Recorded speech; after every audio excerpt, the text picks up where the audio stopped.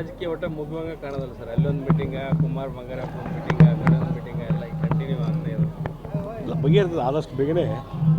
ಇದೆಲ್ಲವೂ ಈ ಎಲ್ಲ ಸಮಸ್ಯೆಗಳಿಗೆ ಒಂದು ಇತ್ಯರ್ಥ ಅನ್ನೋದು ಇದ್ದೇ ಇರ್ತದೆ ರಾಜಕೀಯ ಪಕ್ಷದಲ್ಲಿ.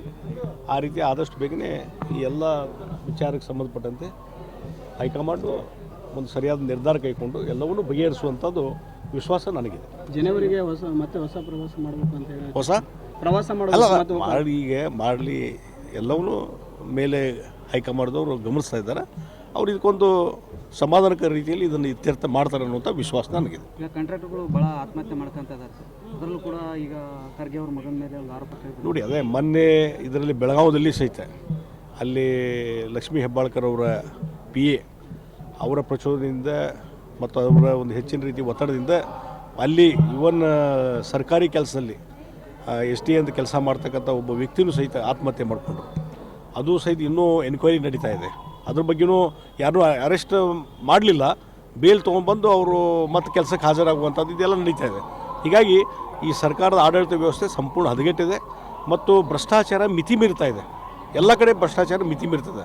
ಇವತ್ತು ನೇರವಾಗಿ ಪ್ರಿಯಾಂಕಾ ಖರ್ಗೆ ಅವರ PA ಅವನ ಒತ್ತಡದಿಂದ ನಾನು ಆತ್ಮಹತ್ಯೆ ಮಾಡ್ಕೊಂಡಿದ್ದೇನೆ ಮತ್ತು ಹಲವಾರು ಶಾಸಕರ ಮೇಲೆ ಇವತ್ತು ಹೆಚ್ಚಿನ ರೀತಿಯಂಥ ಅವರಿಗೆ ಬೆದರಿಕೆ ಇದೆ ಅನ್ನುವಂಥ ರೀತಿಯಲ್ಲಿ ಅವರು ಪತ್ರ ಬರೆದು ಹಾಕಿದಾಗೂ ಸಹಿತಕ್ಕೆ ಅದನ್ನು FIR ಮಾಡಲಿಕ್ಕೂ ತಯಾರಿರಲಿಲ್ಲ, ಕಂಪ್ಲೇಂಟ್ ತೊಗೊಳಕ್ಕೂ ತಯಾರಿರಲಿಲ್ಲ.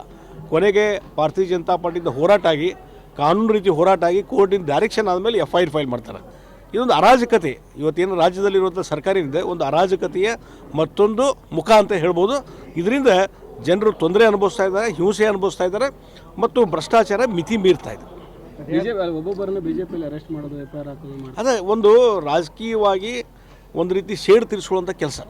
ಯಾವಾಗ ಸಿದ್ದರಾಮಯ್ಯನವ್ರ ಮೇಲೆ ಮುಡದ ಹಗರಣ ಬಂತು ಮತ್ತು ವಾಲ್ಮೀಕಿ ಆ ಕಾರ್ಪೊರೇಷನ್ದ ಹಗರಣ, 100 ಕೋಟಿ ಹಗರಣ, ಇದಾದ ಮೇಲೆ ಎಲ್ಲಿವರೆಗೆ ಸಿದ್ದರಾಮಯ್ಯವರು ರಾಜೀನಾಮೆ ಕೊಡುವಂಥ ಪ್ರಸಂಗ ಸೃಷ್ಟಿಯಾದಂಥ ಸಂದರ್ಭದಲ್ಲಿ ಅದನ್ನು ಡೈವರ್ಟ್ ಮಾಡೋ ಸಲುವಾಗಿ ಇವತ್ತು ಭಾರತೀಯ ಜನತಾ ಪಾರ್ಟಿ ನಾಯಕರನ್ನು ಟಾರ್ಗೆಟ್ ಇಟ್ಟು ಕೇಸ್ ಹಾಕುವುದು, SIT ಮಾಡೋದು, ಆಮೇಲೆ ಇವತ್ತು ನ್ಯಾಯಾಂಗ ತನಿಖೆಯ ವರದಿಯನ್ನು ಇಂಟೀರಿಯಂ ವರದಿ ಅಂತ ತೆಗೆದುಕೊಳ್ಳೋದು, ಅದರ ಆಧಾರ ಮೇಲೆ FIR ಮಾಡೋದು.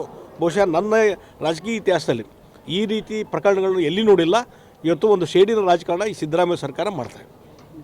ಓಕೆ ಸರ್, ಧನ್ಯವಾದ.